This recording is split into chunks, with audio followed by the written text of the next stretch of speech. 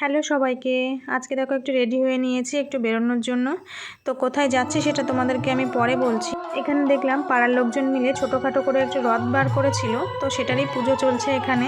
ছোটোখাটো একটা মেলা বসেছে এখানে। দেখো, রথের মেলা মানে তো পাঁপড় ভাজা, জিলিপি এগুলো থাকবেই।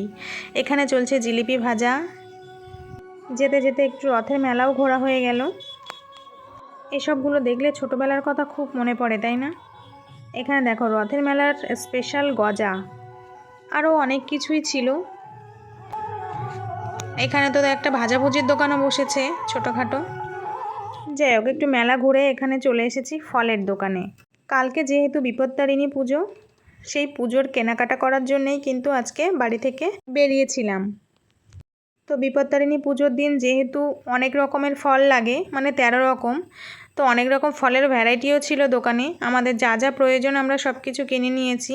তার সাথে যেগুলো ধাগা বানানোর জন্য সুতো, সেটাও আমি এই দোকানে পেয়ে গেছিলাম, এখান থেকে নিয়ে নিয়েছি। এখানে দেখো কামরাঙা, আশফল, আনারস সবই ছিল। তো পুজোর বাজার করতে এসে আজকে আমাদের একসাথে রথ দেখা আর কলা বেচা দুটোই হয়ে গেল।